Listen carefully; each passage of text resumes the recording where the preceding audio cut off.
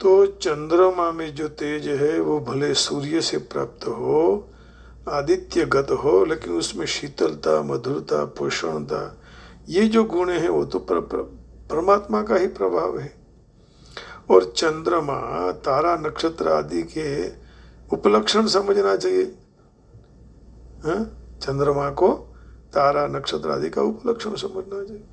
चंद्रमा मन के अधिष्ठात्र देवता है। इससे मन में जो प्रकाश, मनन करने की जो शक्ति है, वह भी परंपरा से भगवान के पास ही आई हुई है। यच्चाग्नौ यच्चंद्रमसि, जिस तरह भगवान का तेज आदित्यगत है, उसी तरह अग्निगत भी समझना चाहिए। तात्पर्य यही हुआ कि अग्नि की प्रकाशिका शक्ति, दाहिका शक्ति दो ही भगवान की है, अग्नि की नहीं है। यहाँ अग्नि को विद्युत, दीपक, आज्ञा आदि कोई भी उपलक्षण से समझना चाहिए। जैसे घर में भी मुख्य पावर होता है, हॉर्स पावर, विद्युत जगह, वहीं से फिर पावर सप्लाई होता है। और पावर स्टेशन भी गांव में कहीं होता है, वहीं से सारे गांव में पावर चला जाता है। तो ये मेन भगवान है जो पावर का रूप है, वहीं से तो सब शक्तियाँ सप्लाई होती है। लेकिन हम समझ लेते हैं कि यह बल्ब प्रकाश करता है, यह पंखा हवा डालता है, लेकिन नहीं, उसमें जो शक्ति है वह भगवान की है, मेन पावर की है, विद्युत मथक जिसको बोलते हैं। अग्नि वाणी के अधिष्ठात्र देवता हैं, इसलिए वाणी में जो प्रकाशक, अर्थ प्रकाश करने की शक्ति है, वह भी परंपरा से भगवान से प्राप्त हुई है, ऐसा समझना चाहिए। तत्तेजो विद्धिमामकम् यदादित्यगतं तेजो जगद्भासयतेऽखिलं यच्चंद्रमसि यच्चाग्नौ तत्तेजो विद्धिमामकम्। तो जो तेज सूर्य, चंद्रमा और अग्नि में है, और जो तेज तीनों से प्रकाशित अन्य पदार्थ, तारा, नक्षत्र, विद्युत, आज्ञा आदि में दिखने के बाद भी सुनने में आता है, वही भगवान का तेज समझना चाहिए। उपर्युक्त पदों से भगवान ये कह रहे हैं कि मनुष्य जो तेजस्वी पदार्थ की तरफ आकर्षित होता है, तो वह उस पदार्थों में मेरा ही प्रभाव देखना चाहिए। 10वें अध्याय के 41वें श्लोक में भगवान कह रहे हैं, सारा प्रभाव मेरा ही है और किसी का नहीं है। यद्यद् विभूतिमत्सत्वं श्रीमधुर्जितमेव वा तत्तद्देवावगच्छत्वं मम तेजोंश संभवम्। यद्यद् विभूतिमत्सत्वं श्रीमधुर्जितमेव वा तत्तदेवावगच्छत्वं मम तेजोंश संभवम्। जो ऐश्वर्य संपन्न, शोभायुक्त और शक्ति युक्त प्राणी और पदार्थ है, तू उसको मेरे ही जान। तेज योग अर्थात सामर्थ्य के अंश से उत्पन्न हुए ही जान। भगवान के सामर्थ्य से ये सब कुछ उत्पन्न हुआ है, ऐसा जानना चाहिए। जिस तरह एक छोटा सा उदाहरण देते हैं लौकिक, कि बूंदी के लड्डू में जो मिठास है, वह मिठास उनकी खुद की नहीं है, किसकी है? शक्कर की है।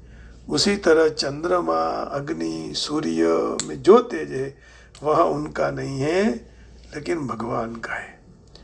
तो भगवान के प्रकाश से यह सारा जगत प्रकाशित होता है। तस्य भाषा सर्वमिदं विभाति, ऊपर कठोपनिषद में कहा है, तस्य भाषा सर्वमिदं विभाति, तस्य भाषा सर्वमिदं विभाति। और सारी जो ज्योतियों की ज्योति भी भगवान है। ज्योतिषामपि तज्ज्योति। देखिए 13वें अध्याय के 17वें श्लोक में भगवान कहते हैं, 13वें अध्याय के 17वें श्लोक में, ज्योतिषामपि तज्ज्योति, ज्योतिषामपि तज्ज्योति तमसः परमुच्यते ज्ञानं ज्ञेयं ज्ञानगम्यं हृदि सर्वस्य विष्ठितं ज्योतिषामपि तज्ज्योतिः तमसः परमुच्यते ज्ञानं ज्ञेयं ज्ञानगम्यं हृदि सर्वस्य विष्ठितम। तो वह परमात्मा संपूर्ण ज्योतियों के भी ज्योति है, अज्ञान से अत्यंत पर कहे जाते हैं। वह ज्ञान स्वरूप जानने योग्य है, तत्व ज्ञान से प्राप्त करने योग्य है, और सब के हृदय में बैठे हैं भगवान। स्वयं भगवान बोले हैं, सर्वस्य चाहं हृदि सन्निविष्टो मत्तस्मृतिर्ज्ञानमपोहनञ्च वेदैश्च सर्वैरहमेव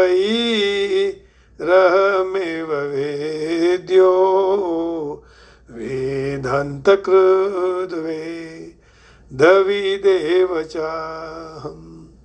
तो सूर्य, चंद्रमा और अग्नि क्रमशः नेत्र, मन आदि वाणी के अधिष्ठाता और उनको प्रकाशित करने वाले हैं। मनुष्य खुद के भावों को प्रकट करने के लिए और समझने के लिए नेत्र, मन, अंतःकरण और वाणी, इन 3 इंद्रियों का उपयोग करता है। तो 3 इंद्रियों जितना प्रकाश करते हैं उतना प्रकाश अन्य इंद्रियों नहीं कर सकती है। तो प्रकाश का तात्पर्य क्या है? अलग अलग ज्ञान कराना। नेत्र और वाणी बाह्यकरण है और मन अंदर का अंतःकरण, अंदर का माने अंतःकरण का करण है, साधन। तो करणों के द्वारा वस्तु का, करण माने साधन के द्वारा ज्ञान होता है।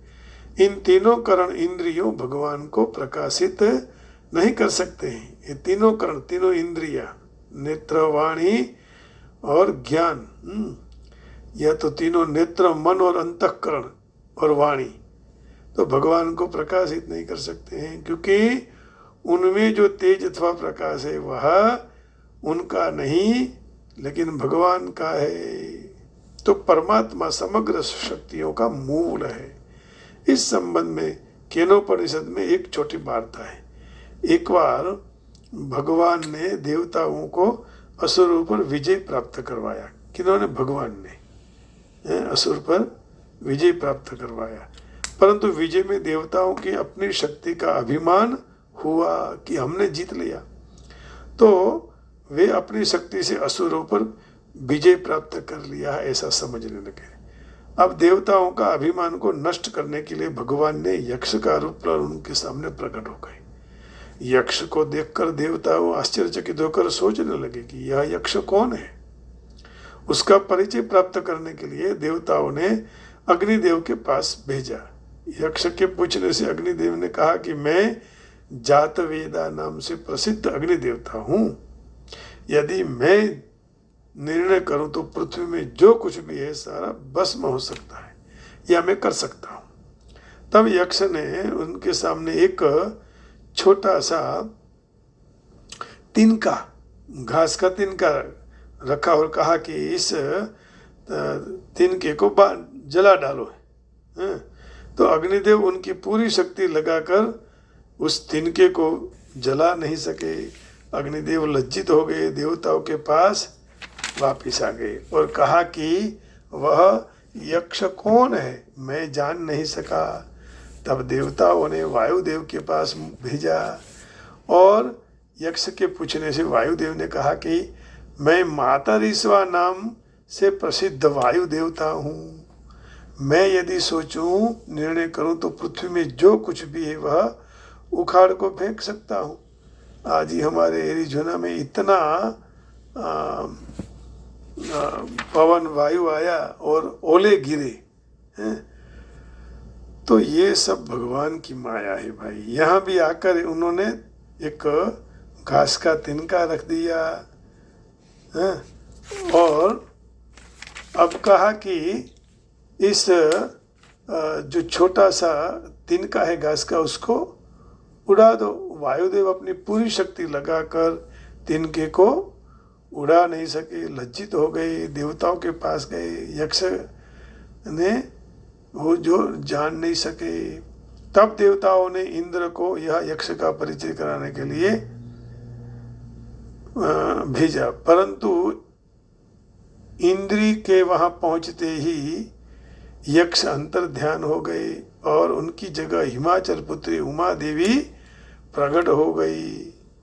अब देखिए कि इंद्र के पूछने से उमा देवी ने कहा कि स्वयं भगवान तुम्हारे लोगों का अभिमान नष्ट करने के लिए यहाँ यक्ष के रूप में प्रकट हुए थे। तात्पर्य यही हुआ कि सृष्टि में जो बलवत्ता है, विशेषता है, विलक्षणता है, वह सारी भगवान से आई हुई और कहीं से आई नहीं है, क्योंकि भगवान ने 10वें अध्याय के 41वें श्लोक में स्पष्ट कह दिया, यदि यद विभूतिमत्सत्वं श्रीमदुर्जितमेव वा तत्तदेवावगच्छत्वं मम तेजोंश संभवम्।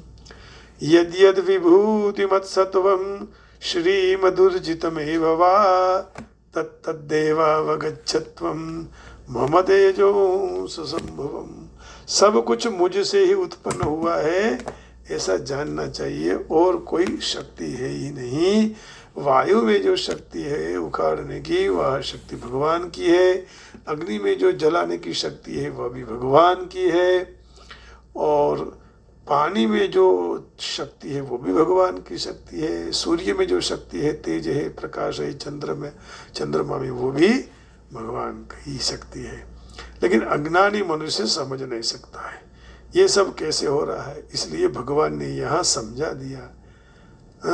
तो यह जानकर मनुष्य ज्ञान में स्थित होने की शुरुआत कर सकते हैं। लेकिन आज हमारे हिंदू धर्म में इतने भगवान आ गए हैं, वो कह रहे हैं कि मैं ही भगवान हूँ, लेकिन उनमें जो शक्ति है वो भी भगवान की दी हुई शक्ति है और कोई शक्ति नहीं है। इतना आप सोच लो भक्तों, नहीं तो हिंदू धर्म नष्ट हो जाएगा। उसको बचा लो, और बचाने वाले कौन हैं? आप सब हैं, क्योंकि आप भगवान के स्वरूप हैं। मुझे विश्वास है कि आप अब सच्चे रास्ते पर चलने की शुरुआत कर देंगे। तो हर एक व्यक्ति को सूर्य, चंद्रमा, अग्नि और बिजली दिखाई देता है। मनुष्य ने यह समझने का प्रयत्न करना चाहिए कि सूर्य, चंद्र और अग्नि के या तो जो बिजली में तेज पूर्ण पुरुषोत्तम परमेश्वर से ही आ रहा है। कृष्ण परायण प्रारंभ रूप जीवन का ऐसा अभिगम हो जाए तो यह बद्ध जीव के लिए फिर भौतिक जगत में उन्नति होने के लिए कोई बहुत तकलीफ नहीं रहती है, नहीं तो मुश्किल ही खड़ी हो जाती है। जीव अवश्य परमेश्वर का अंश है, भगवान यह संकेत दे रहे हैं। तो किस तरह भगवत धाम में फिर वापस कर सकते हैं, वापस आ जाते हैं। और भगवान ने आगे तो कह दिया कि ममैवांशो जीवलोके जीवभूत सनातन। तो इस श्लोक में हम जान सके कि सूर्य समस्त सौर मंडल को प्रकाशित कर रहा है। विभिन्न ब्रह्मांड सौर मंडल से प्रकाशित ब्रह्मांड सौर मंडल होते हैं। तो विभिन्न सूर्य, चंद्र, ग्रह होते हैं, परंतु हर एक ब्रह्मांड में मात्र एक ही सूर्य होता है। जैसे तत्त तेजो संभवम कहा ना, तो चंद्र भी एक नक्षत्र है। नक्षत्राणाम अहम शशि, वो भी भगवान है। तो सूर्य प्रकाश परमेश्वर के चिन्मय आकाश में आध्यात्मिक तेज के कारण है। सूर्योदय के साथ ही मनुष्य की प्रवृत्तियां सूर्य हो जाती है। भोजन करने के लिए अग्नि को प्रज्वलित करता है। कारखाना जो फैक्ट्रियां चलाने के लिए अग्नि प्रज्वलित करता है। अग्नि के मदद के सिवाय कुछ नहीं हो सकता है। सारी वस्तु उसी से, तो सब मशीन भी उसी से चलते हैं। पंखा, विद्युत, एसी, हीटर, चूल्हे, सब गाड़ियाँ सब उसी से तो चलती है। तो उसी से ही सूर्य प्रकाश, अग्नि और चंद्र प्रकाश जीवों को बहुत प्रिय लगता है, और उनकी मदद के सिवाय जीवात्मा जी नहीं सकता है। और जो भी मनुष्य समझ ले कि ये सब भगवान का ही है, भगवान से ही प्रकाशित होता हुआ है और कहीं से प्रकाशित नहीं हो रहा है और नहीं हुआ है, इतना जान ले तो उसका जन्म सफल हो जाता है। इसलिए जब भगवान को आहुति देते हैं ना, तो बोलते अग्नये स्वाहा, ओम सूर्याय स्वाहा। समझे? ये कारण क्या है कि अग्नि की मदद के बिना तो कुछ हो नहीं सकता है, यहीं से तो शुरुआत होती है। इसलिए मुख्य 3 देवता है, अग्नि, सूर्य, वायु, चंद्र, 4-5 आहुति देते हैं, यही तो मुख्य है। तो चंद्र प्रकाश के द्वारा वनस्पतियों का पोषण होता है। चंद्र का प्रकाश इतना आनंद करता है कि लोग सहलाई से वह प्राप्त कर सकते हैं। वह भगवान कृष्ण की